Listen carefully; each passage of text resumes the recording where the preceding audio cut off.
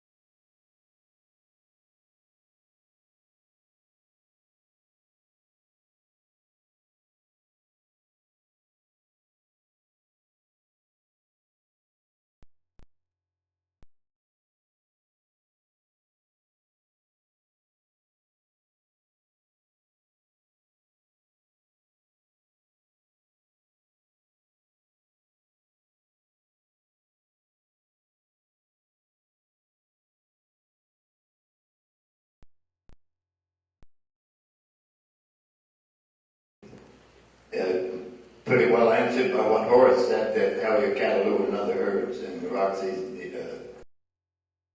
very well in other herds. And maybe I'll expand on that a little bit. If there's any younger breeders here that might have an idea to promote a special cow, I think the first thing you have to do when you have that special animal that you think has a lot of potential, you have to get it recognized. And we done that with a lot, with advertising and breed publications, showing, and farm tours. And that resulted in a couple of sales to some high-profile breeders, namely Hanover Hill and Regan Farms, and they bought two Roxy daughters that turned out to be the two best Roxy daughters. Those were very difficult decisions to sell those. It was early in the day, and I was very excited about having these good young cows and didn't really want to sell them. But I felt that that was the key to promote the family. And it certainly worked. The Roxy cow that went to Hanover Hill developed into Canada's first 30-star brood cow. The top Roxy cow that went to Regan scored 94 and made the national production record. And she has a great-granddaughter that is excellent 95. They have 24 excellent daughters. So that started the Roxy ball rolling, and it's still rolling today. My granddaughter Laura Lee has just done a research on the number of excellent Roxy descendants in unbroken line, and that number is 631 excellent descendants in unbroken female excellent line. So that's the Roxy story in a nutshell. Some of you are starting to clap. I think you should clap.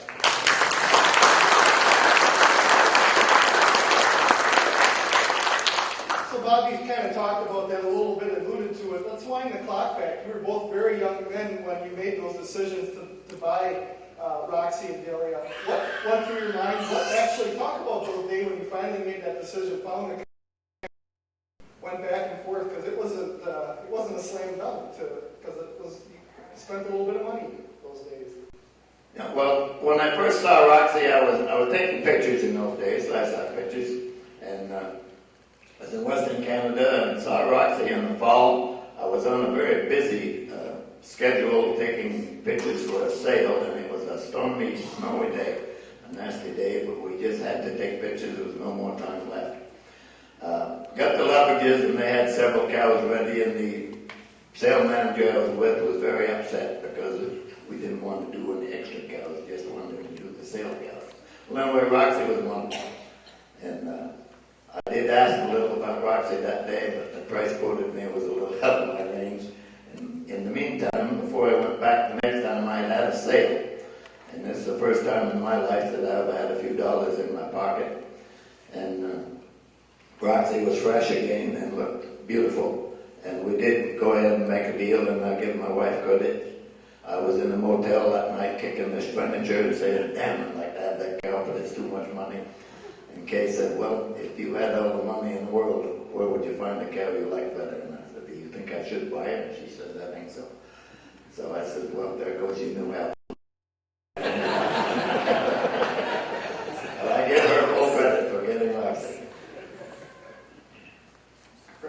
I guess how we got Dell, it was a summer day. We went up to, it was raining here in Iowa, and we decided to go up to Wisconsin Championship show at Toma. And we got there about noon, and they were bringing the 2-year-olds into the ring. And I just happened to see this black cow going around the ring, and that was kind of caught my eye. And I later got her pedigree. She was a Mark daughter out of a bell. And earlier that year, I was trying to buy a good Mark out of a bell. They were 2 pretty good bulls at the time from Dixie Lee. And did not, wasn't able to buy her. So that day when I found that cow, I thought, wow, this could be the cow we're looking for. So I followed her back to where she was stabled, and I talked to Bob Snow, who owned the cow, and I asked him what he wanted for the cow, and he told me, and then I thought, well, that was probably too much money. We would maybe get a daughter out of her, and he had flushed her with Black Star, so we kind of made a deal on getting a daughter. And I guess off and on that cow always bothered me, because every time I got up that way, I'd stop in and look at her. And probably about a year and a half later, I was up to a friend's sale there in that area, and I thought it was in November. I thought, well, I'm going over to see what the cow looks like. And it was probably about a month before she had calved. And she looked really good. And Bob had her in a stanchion in there. And she was a big, long cow, so she stood over the back of the gutter on the crate there. So I told Bob, I said, you need to give that cow more room. She's just a little bit too big for that little stall. And next time I went up there, she was due in the middle of December. Next time I went up there, it was probably in February, and she was fresh and, just looked the part. So I thought, well, maybe we could buy this cow if everything worked out. And eventually we made a deal on the cow. We bought her right after the spring show. That's how we got a hold of Dell. The next question is, we're with a lot of friends and fellow breeders here, so it might be a little bit more challenging to answer, but I know that in your heart of hearts, you probably do have an answer to it. What are your favorite branches? If you have seen the Roxys and Delias go out around the world, what are your favorite branches of those families today? Well, I guess for us, I always liked the Black Star daughter, and then when Matt came out, the Rudolph daughter was making some good daughters, and then had that son. And then all of a sudden, Die Hard kind of come out to be a pretty popular bull, so I thought, well, that Test daughter was probably maybe the best brood cow of the bunch. And now I see these Iota daughters that are calving in, and now I think it's maybe the Emery. So I'm not sure yet which one it is. I think maybe I'm the same way, but the Millimore Roxette was the first daughter we sold to Hannibal Hill, and she certainly is the one that has produced the most name animals, if you want to call it that. Roxy is behind the debutante cow. She's behind the cow at Tate's that David Tate just had a sale. And she's behind most of the good families that in the Roxy family they have started. And Roxy herself has 570 excellence in unbroken excellent line.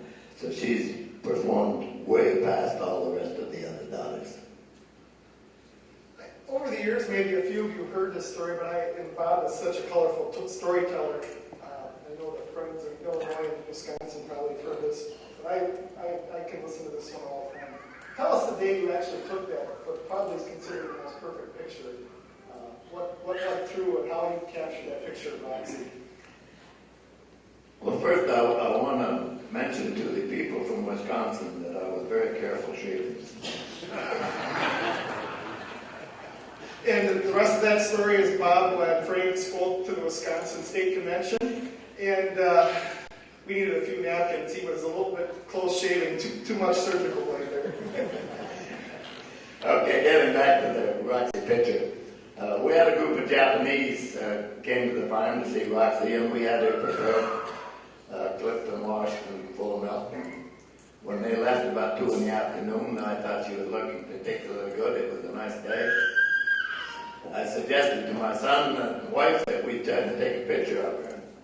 They both said, well, there's no way we can take a picture of her because there's only 3 of us. And one of you said, photographers, at least 2 people, not enough. I said, well, she's a pretty docile cow, let's try it, she's looking good. So we got her out in the field, and my wife, she's sitting here, so I'll be careful what I say here, but she's not very acute, very astute at giving attention. So we put a calf in the trunk of the car and parked that in the appropriate place and had her run in the trunk. And got the cow set up, and the wind was blowing, and I had to put a string in her tail and stick a stick in the ground to hold the tail in place. And got the cow placed up pretty good. The sun was very bright, and we had shadows underneath the cow, so I put a slave unit, those of you who don't do photography, that's a unit that will flash from the flash on your camera. I put it up close to put light under the cow to give a little light on the other. And so anyway, we opened the trunk, and the calf jumped up, and the cow looked like she never does before, and I snapped a picture, and she jumped, of course, and the slave unit went off, scared her. So Greg was going to set her up again, and I said, take her home, that's the picture we want. And that was a very lucky deal. Roxy was a very docile cow to work with, and one of the real problems was to get her attention. She always was very difficult. She just looked and like, I've seen that before, elevated. She was a mother, and she liked calves, and so that was a good idea that we had that day to get a calf in the trunk. And for those that are more experienced in the room, if you grew up only with digital photography, you get to look at your work right away. I mean, this is back in the print day. So when Bob clicked that shutter, it was what he saw in his mind. And so that's remarkable. Frank, Durham, Iota, Mac, Die Hard, Braxton, Dundee, Mr. Stan, Jura Bond, Altai, Iota. The list goes on. This group is collectively responsible for over 1 million units of semen being exported to other countries around the globe. It's probably hard to pick a favorite out of that group, but which one might be on top of the list? I probably have a guess at that. But the second part is which of those bulls maybe flew under the radar more than it should have. He should have. I think Durham was probably my favorite. But as far as flying under the radar, I think maybe Iota is right now, or at that time maybe Die Hard did, but I think Iota is a moment in our farm that we really appreciate. So maybe it's Iota. With all due respect, Frank and Bob, and neither of your farms are exactly on the main drag, yet you've hosted some very successful sales on your farm. What does it take to pull off a great farm sale and to get people to come to your farm? Well, I think, first of all, you have to do some reasonable advertising and have something to advertise. I don't know that we have any magic about it, but I think your advertising that you do all along builds up to the point that when you have a sale, people say, oh yeah, that's Regan Crester, that go to that sale. And do a good job of preparing your cattle, and I'm sure every time you've been to Frank's sales, everything looks super duper. And I guess that's the secret. Maybe have everything looking well and have them well advertised. And that's something special to sell, of course. I guess when we plan sales, we try to find out what's in demand, what bulls are popular at that time, or the new bulls. So we try to feature those, and it's easier to sell something that people are looking for than maybe sometimes just good-looking heifers or whatever. But the main thing is just to do a good job of advertising and have the right to have.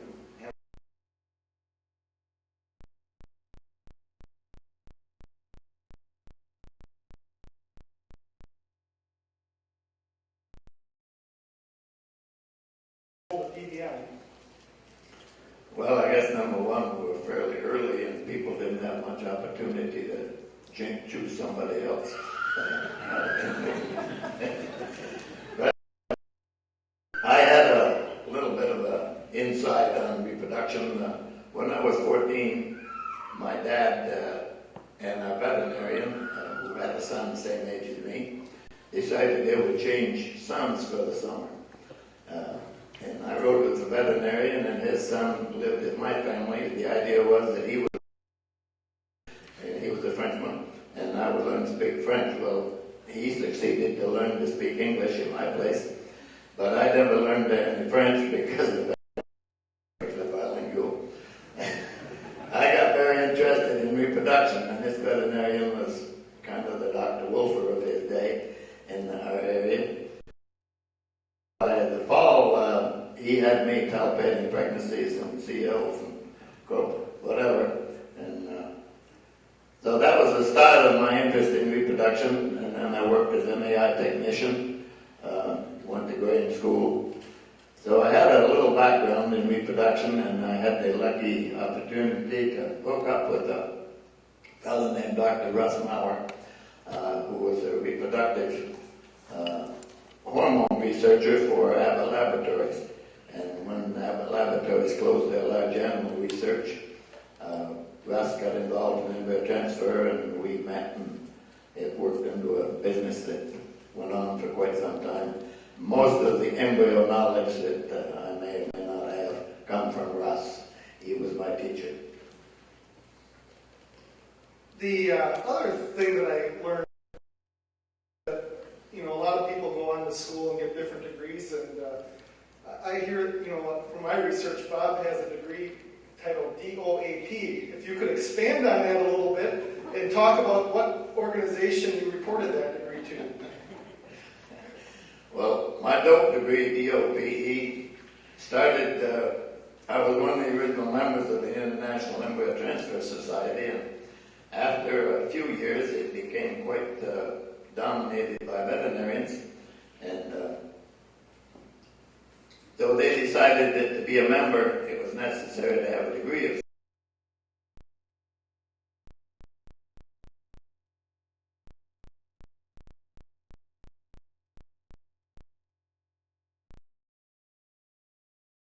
somebody. Actually, what that stands for, of course, is a doctor of personal experience. They made you not remember after that, or how they go? Did they make you not remember after that? Did they make you not remember? They let me continue to be a member. So we have some young breeders in the room here, and I'm going to ask this question. We'll start with Frank. Let's wind the clock.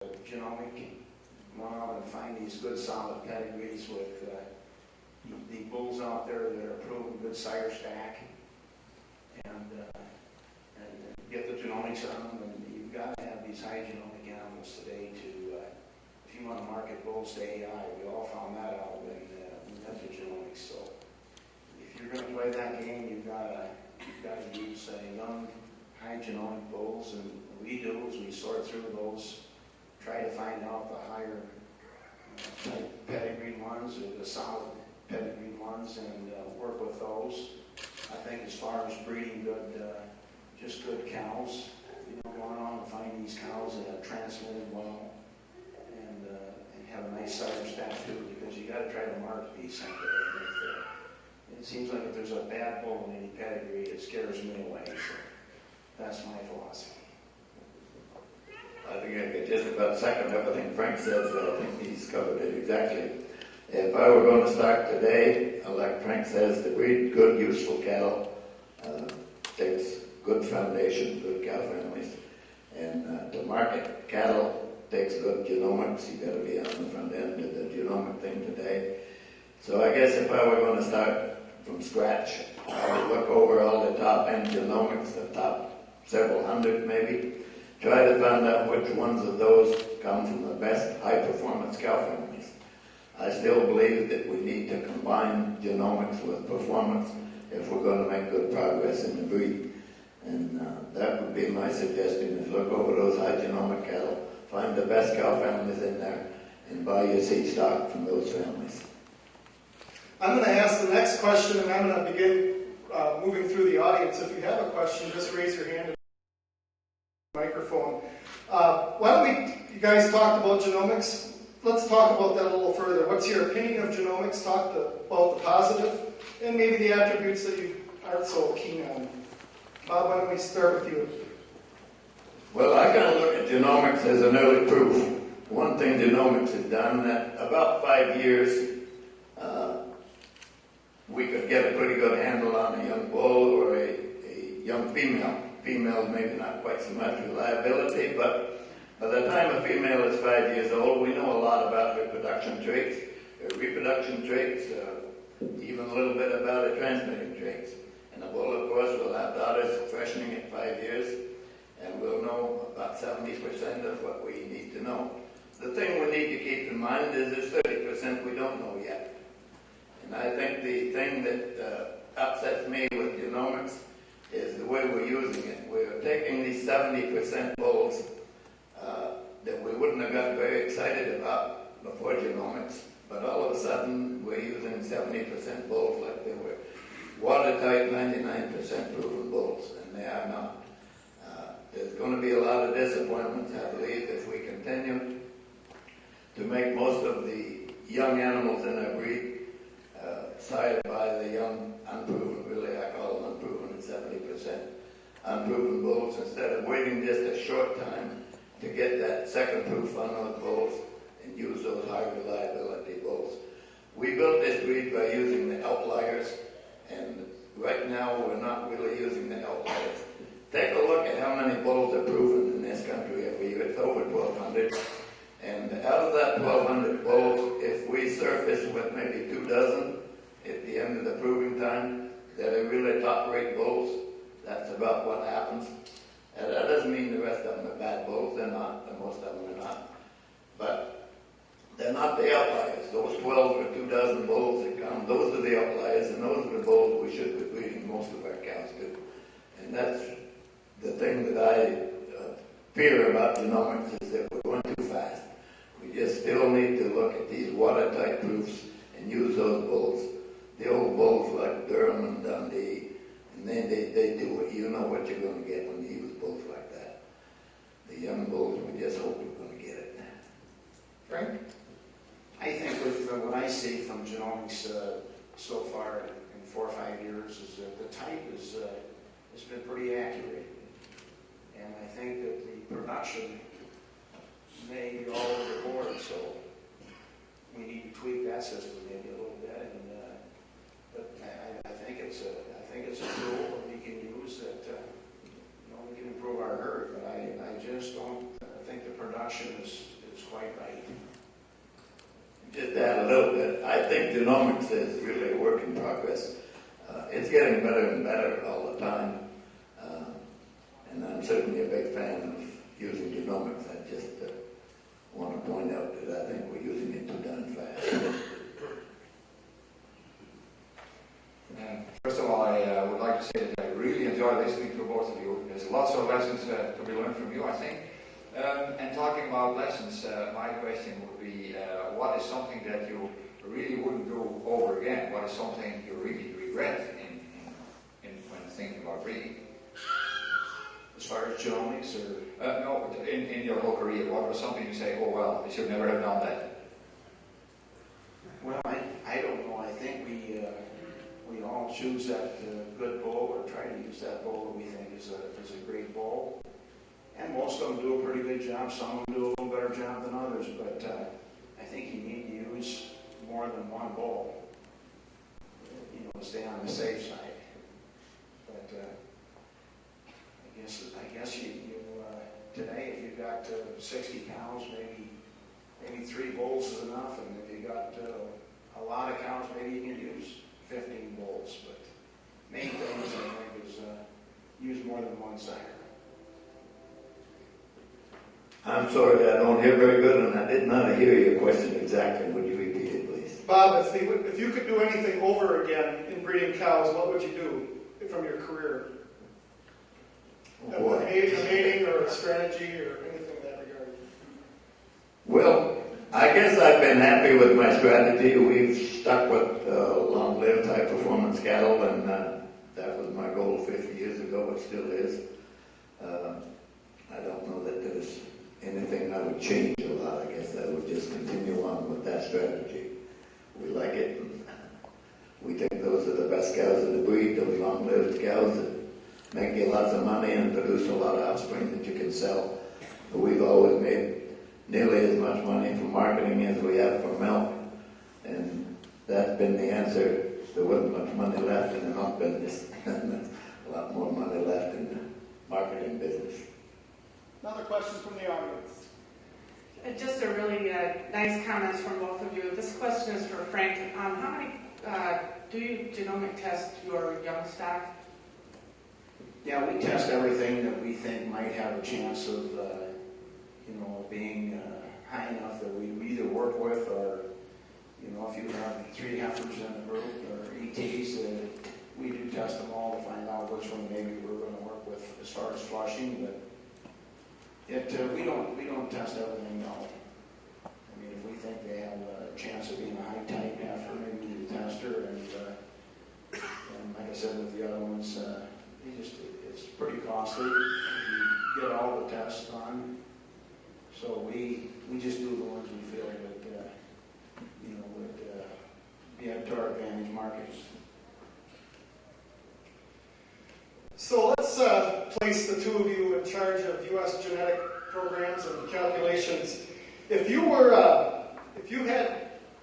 could put any trait on the fast track that maybe not developed yet, or at least we're talking about, or anything like that, what trait would you like a breeding value to make a better cow in your herd? To breed a better cow in your herd?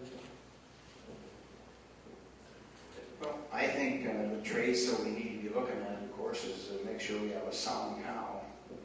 Feed, udders, and I think protein looks like a trait we need to be watching in the future. So I guess I'd put them in that order. They have those 3 things to make cows that are going to be profitable for commercial dairymen or any kind of breeders. I guess I would say that reproduction is the trait that I would like to see improved. When you think back in the 50s and 60s, reproduction was much better than it is today. And look at all the things we have today that we didn't have in the 50s, GnRH and prostaglandin, oversight programs, you name it, all the things we have to improve reproduction. But still, our reproduction is much less than it was in the 50s and 60s. And I'm well aware that reproduction is negatively correlated with production, and production has advanced. The pity of the thing was that when we started our indexing system, We didn't also include a system to, an index for reproduction because we inadvertently selected for those cows that didn't calve on time. For instance, if you had a group of cows and one of them made 1,000 pounds of milk more than the other, she got the highest index and maybe she wasn't the one that was bred. So she made 1,000 pounds of milk because she was not bred, not because she was superior. And so we selected for high-producing 2-year-olds that wouldn't breed back on time, and that's what we got. We selected for them. So I would say for reproduction is the thing I would like to see improved in the breed. Another question from the audience. First of all, appreciate both your comments and value your experience, and thank you for taking part in this program. A few minutes ago, you spoke about giving advice to a young breeder getting started, and said, both of you, I think, implied you would have them look at the high genomic animals and try and sort those from among the best cow families. Given what's available in the pedigrees and a lot of sale catalogs and things like that, when you're looking at genomic animals, you have trouble finding pedigrees with very much phenotypic information and very many lactations and mature scores. How do they identify? Can you expand on how they identify the good cow families given the lack of information on some of the pedigrees nowadays? Well, I think when I go to a sale and I look at a pedigree that only has numbers on it and not performance numbers, I'm not interested in that animal at all. I don't give a damn if the index is 3,000. If there's no performance to back it up. When I look at the pedigree, of course, the first thing we look at is the genomic numbers that we studied in. But then I also look at the performance numbers to see if I can believe the genomic numbers. If I can, if there's no performance there, I'm just not interested in that pedigree. Yeah, like Bob says, I like to see that performance. And in some of these high genomic animals, they do a lot of flushing with them. I mean, some of them cows will have 60, 70 calves. So it's hard to say how good they really are, but you'd like to see that sire stack that could tell you that they're pretty sound cows for tight and should be cattle at last. But it's you got to just use it as a tool. It's hope you're lucky. So at the National Genetics Conference earlier this year, one of the buzzwords was body size. There's really two components of that, stature and strength. Let's talk about the two issues. How has body size impacted your herd and your overall dairy operation over the years? Well, I think, we feed better, so naturally cows are going to get bigger. So we got to make these stalls, if we got a new facility, we make these stalls that are big enough for, them 1,300, 1,400, 1,500 pound cows. In our experiences, they have pretty good luck getting up and down, but body size, it seems to me that you don't have to be a real big cow to make a big record, but you got to have enough strength and width that you can go through any kind of stress that is involved during lactation. And so I think we need good, strong cows that don't matter how tall they are, but they need to have enough strength up front, width in the back to sustain that type of environment. Well, I think big for the sake of big is not even part of the question. The cow's a unit of production, and our job is to take a unit of cost, labor, and feed, and produce milk. And the cow that can produce the most product from each unit of feed and labor is the right size. Now, that being said, it seems reasonable to think that a large cow would be more profitable than a smaller cow, given an equal amount of genetic ability to produce milk. She should be able to eat more and give more milk because she can eat more. She's a bigger unit. But the key there is to be equal in genetic ability. Today, we know that large cows don't perform real well in most units. And I think probably the main reason is that our facilities are not built for them. Large cows lie uncomfortable in stalls that are too small for them. They don't fit in the milking pot as well. They're uncomfortable. And so that causes injuries and discomfort to the cow, and she doesn't produce as well. I don't think it's just because she's big, it's because she don't fit our system. So maybe uniform is what we're looking for. And I think Holstein Association probably has it right. In their classification program, they discriminate a little bit against too big and a little bit against too little. We don't want them to get squatty again. At one time we had kind of squatty cows in the breed. So uniformity probably is the answer, and I don't know just how big that is, but somewhere in the middle, it's not the 66 cow, it's more like the 58 or 60 inch cow probably that's going to be the size cow we're looking for. We get a lot of criticism, or hear a lot of criticism about our judges picking too big cows in the show. And in defense of the show judges, that's not quite a true assessment. You take a look, and if you put yourself in the middle of the ring as a judge, and you're expected to give some valid reasons for your placing before you're done. This big cow will have, let me back up. If you are judging this class and you've got a big cow in there, she's probably one of the wider cows in the class. She's probably got the deepest barrel. So those are the reasons that you're putting that cow first, not because she's the biggest or the tallest, but all the other reasons that go along with big, such as wide in the rear end, wide in the front end, and deep in the belly. Those are all good, valid reasons for placing that cow first. And if we think we're getting cows too big in the show ring, we have to start discriminating against them. And that's going to be tough. I said, I don't want to be the first judge that gives his reasons on the first two cows and becomes the third cow and give a reason something like this. Say, this beautiful cow I have in third today has the best udder in the class. She walks on wonderful feet and legs. She's the longest cow in the class. Has the widest front end, but she's just too tall to place in the higher today. I don't want to be the guy that does that. I have another question. Maybe it's two questions in one. The Holstein breed worldwide has been built by the North American Holsteins. After that, like in the 80s and 90s, we have had a time that it looked like everything was more international and people were using more and more bulls from other countries as well. And if we look nowadays, it looks to me that the North American Holstein breed is very predominant again in whenever you look to the main size of sons and the main size for the next generations. Why do you think is the North American population so strong? It still dominates the worldwide Holstein breed, although the other countries, they have a big share of big populations as well. And do you use yourself still international bulls, or do you concentrate on the North American ones today? Well, I think that one of the things that I hear is that they have a little more confidence in these North American bulls. We do use some bulls from overseas, but I think the main thing is they have a little more confidence in the bulls and the genomics in this country.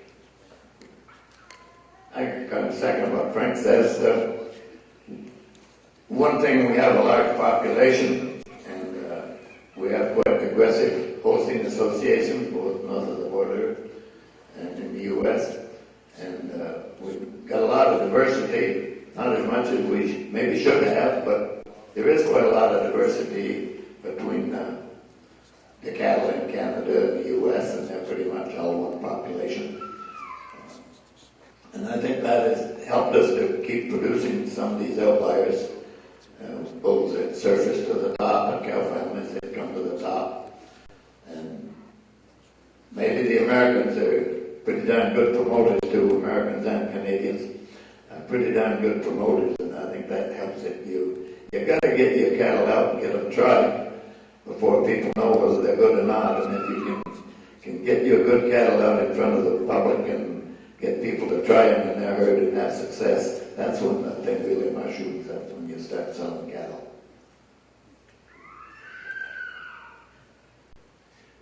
I've got one question for you two. I enjoyed all the comments. As you're giving advice to a young farmer that is out there looking for that specific cow, both of you gentlemen fell in love with the cow that's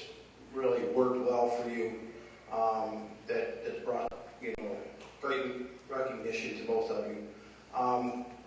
As those young guys are going out there and looking for that cow, would you be giving them advice to really focus in on buying that one cow, or try to buy several high genomic heifers or whatever to get them that where you are today? Well, I think you're hoping for a little too much to just go out and buy one. Frank and I got lucky, but I'll tell you what, you're not going to very often go out and buy a Deli or a Roxy. I don't give a damn how smart you are. Yeah, so if I was giving advice to a young fella, I'd say, buy 3 or 4 and capitalize on your successes, make them carefully and capitalize on your successes, weed out your disappointments. And if you build your herd that way, pretty soon you won't have quite so many disappointments. You just work on the good ones and don't be bashful, get rid of the ones that didn't work. Well, I think too, with this genomic era, you'd have to buy more than one because they don't all turn out. And if you're not a young guy and not sure what you need to be looking for, there's a lot of guys out there that see cattle. These, like I always have a lot of confidence in Charlie Will. And there's guys out there you can ask to help you get started. And you just don't run out and think that you're today in this genomic are going to buy that good one. Just get all the help you can, stack everything on your side, and then hope you win. Right now, I guess I'd like your opinion on the 99% issue. There's a bulls like Amos, they're influencing popular bulls, and where do we go with that? What's your opinion, and how much should that, if you're a purist, how far should you go? Well, I don't know. It looks like we got to think of this thing commercially, and if Amos is a bull that can help our breed, especially if you're selling bulls, if you want to dip out and use that kind of a bull to improve the breed, you need to do it. But I don't think too many guys use too many 99% bulls. They got to be really good.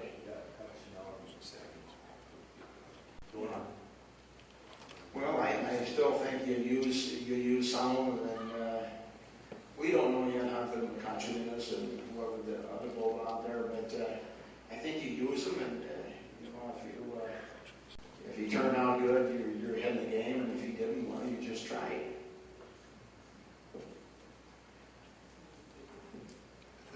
Okay. I think you answered it. I don't have anything to add to it. So the next question is going to come from Randy Blodgett. In addition to the people in the room here, we have 2,300 people watching this live on the internet at the present time. So that's awesome. Randy, your question. Gentlemen, since we've been in the era of genomics here, I'm sure Frank, you flushed where you've had 3, 4, 5 daughters out of the flush that you've seen compete in cabin now 2, 3, maybe even 4 times from the beginning. When it's all said and done, the one that deviated 300 points or 200 points and the ones that were parent average, when you see the real picture and they're scored several times and calved several times, in your mind, what is the highest one worth over the other ones that you liked anyway, phenotypically?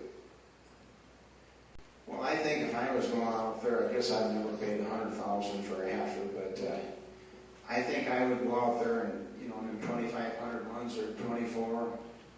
I would maybe, if you like that 2,400 heifer, she might be a better type heifer than the 25. I would buy I'd spend the $10,000 on the 24 and work with her. You never know. These cattle get a little closer as they calve.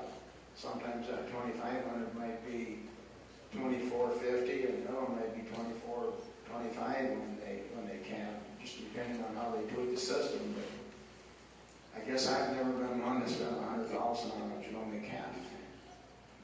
So that's what I feel pretty much the same as Frank on that.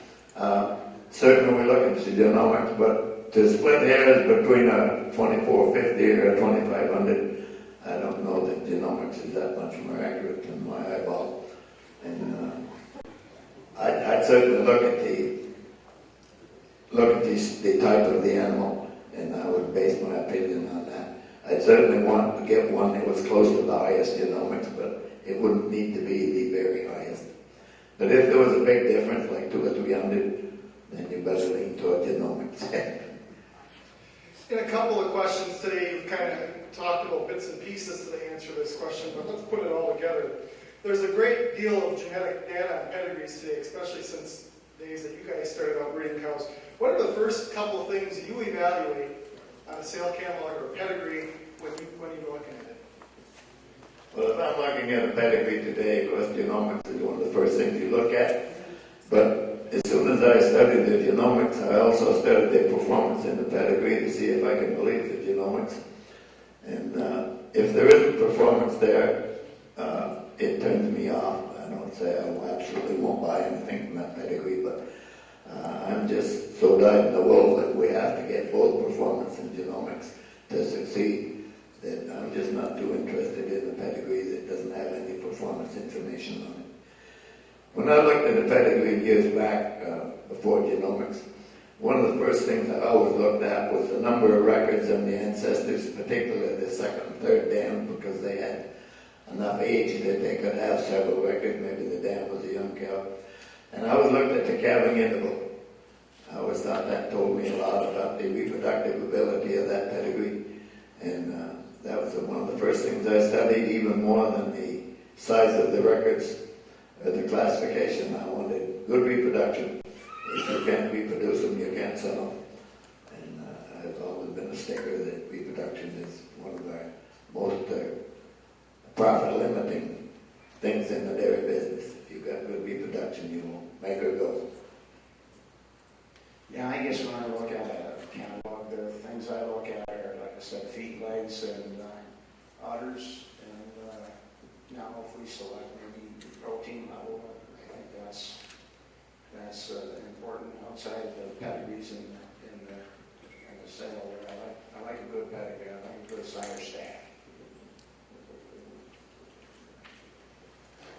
My last question right now, but I get the impression you are both, you've been doing everything by gut feeling a lot in your life, and you succeeded very well with that.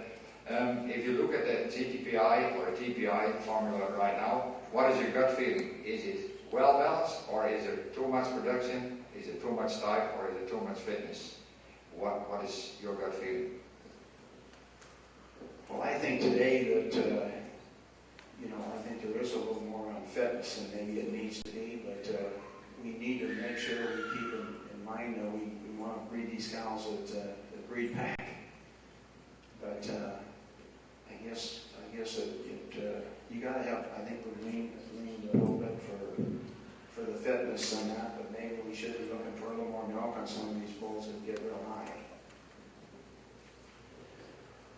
I think maybe the same thing. The TPI thing, again, is a work in progress, and as time moves on, we have to keep tweaking it a little bit. And I think right now we're in the process of tweaking the TPI again in the U.S. And I think it's been pretty well balanced through the years. There was a time, quite some time ago, that caused the breeders' majority of the rear-ends ugly head. There was way too much emphasis on production at one time. Breeders' majority were very insistent that we get more type in the index, and they did. And also, I think breeders' majority indirectly might be partly responsible, and maybe mostly responsible, for a lot of the new traits that we have, like daughter pregnancy rate and sire pregnancy rate, and mobility, and we were pushing for fitness traits. Maybe it come a little more than we were hoping for at the time. I think we're a little lopsided maybe on fitness traits now, but they're important, and I'm not fighting it. I think it's okay. Leave the fitness traits in there. If one of the buzzwords in the last decade has been like mission statements, if there was to be a mission statement for Frank Regan or Bob Miller on how you're trying to breed, what would be your mission statement, and has that changed over time? Well, I don't think mine has changed over time. I guess I'm still all stuck on these long-lived cows, because if you put a pencil to it, you will find out that a 5 lactation cow will make about 3 times more dollars per day of her life right from the day she's born than the 2 lactation cow. And that just makes sense to me to get more 5 lactation cows. I'll have the extra money. It costs a lot of money to raise this heifer, and if she takes her whole first lactation to pay back her raising cost, so now you've got a little profit in the second lactation, but after that it's free going. She's all paid for, and if you can keep her healthy and keep her milking for another 3 or 4 lactations, that cow's going to pay you a lot more money per day of life right from the day she's born than a 2 lactation cow, and I think that's very important that we try to breed that kind of a cow, and perhaps that would be my mission statement.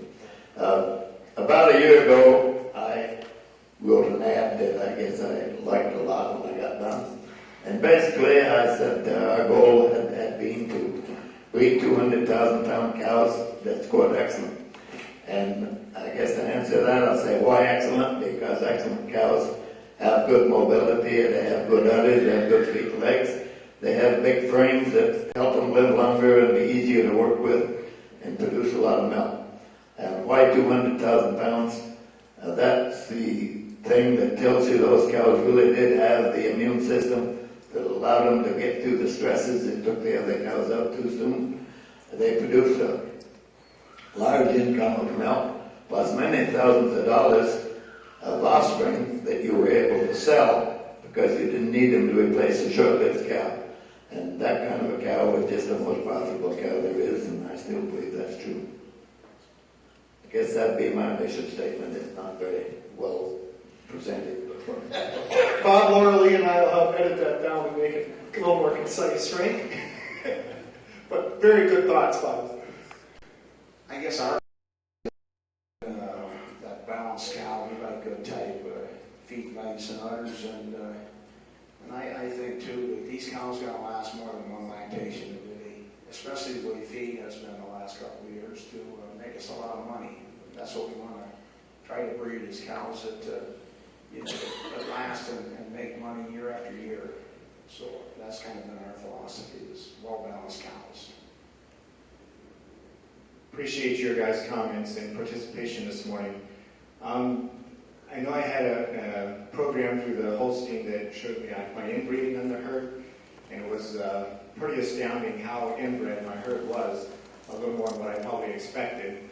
And I noticed a lot of times when I go to select a bull, I think, well, I can't use that bull Durham because, well, I've got a lot of Durham daughters or granddaughters or whatever. Goldwyn or any bull, or Oman, I don't want to just pick on any certain bull, but it seems like our genetic pool is getting pretty tight. In your guys' minds, what is the quickest, maybe easiest way to try to expand our genetic pool so we have more selection of bulls to use from? Well, I think through genomics we were supposed to have solved that problem, but I don't think they have. So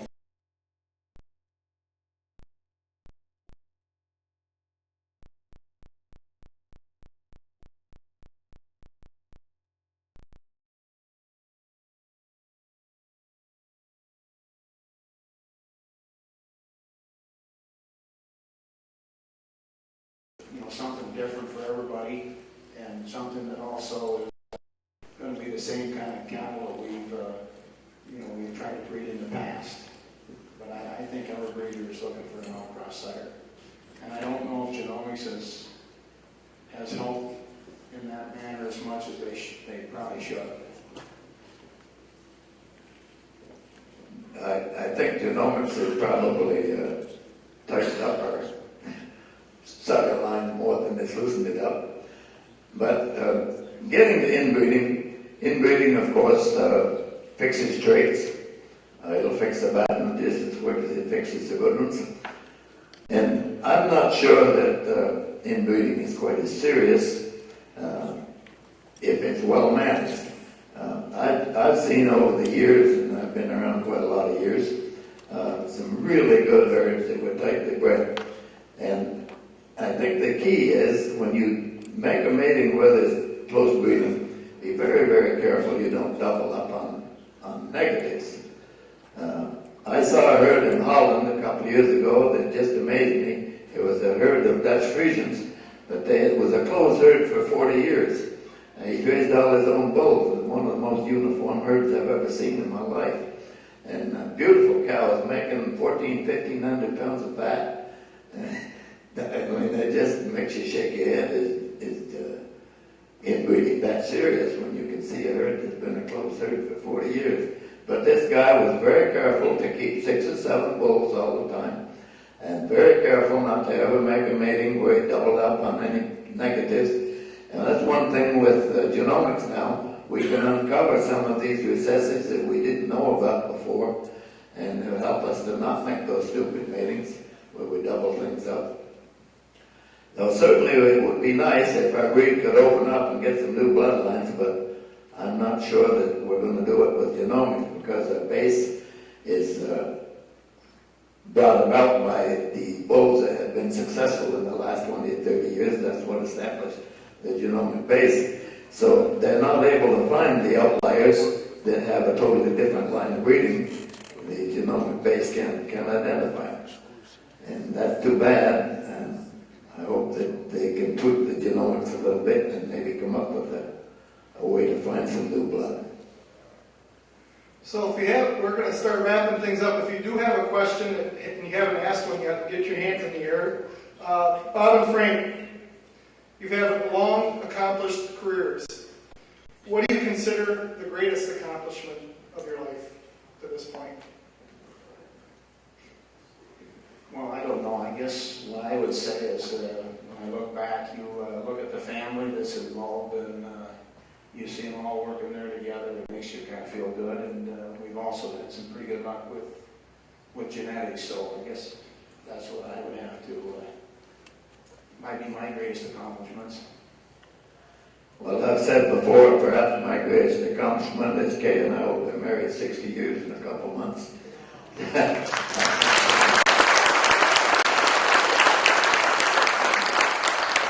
On the cow side of things, I guess the best thing we've ever produced was Millimore Roxette. This cow has 2 97-point granddaughters. She's been in the pedigree of about 5 different Supreme Champions at World Expo. Cow just bred on tremendously well. And I give full credit to Pete Heffern because he's the man that bought her when she was an open heifer. We had flushed her once. I had one daughter of her at home, and we still have offspring of that daughter. I think we're up to, maybe ask Laura later, with 9 or 10 generations of excellence from that single daughter. It would be through Roxette. She says 10. 10. So, and that Roxette, as I said earlier, has produced 570 excellent descendants and unbroken female excellent line. So I'd say that would be my best accomplishment in the cow business.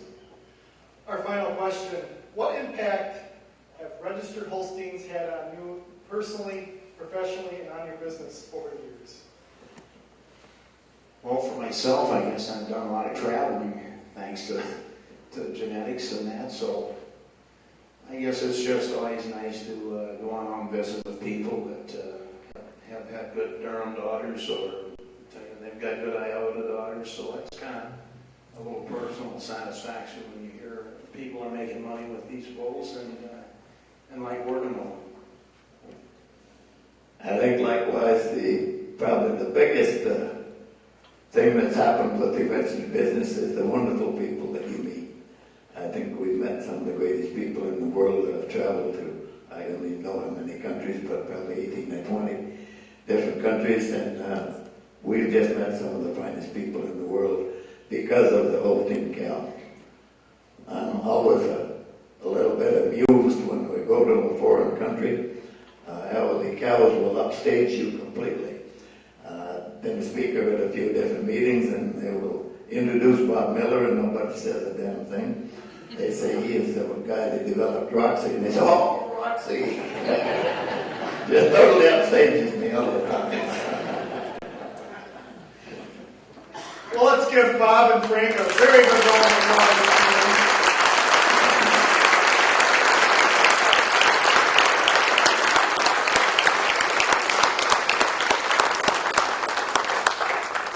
We have a pair of very nice plaques to commemorate your presentation this morning with some good Holstein artwork. And we thank you very much. This concludes our early bird session. We will begin our annual meeting promptly at 9 o'clock right in this room. So you can come up and talk about it, Frank, until then, or mingle around. So thank you very much.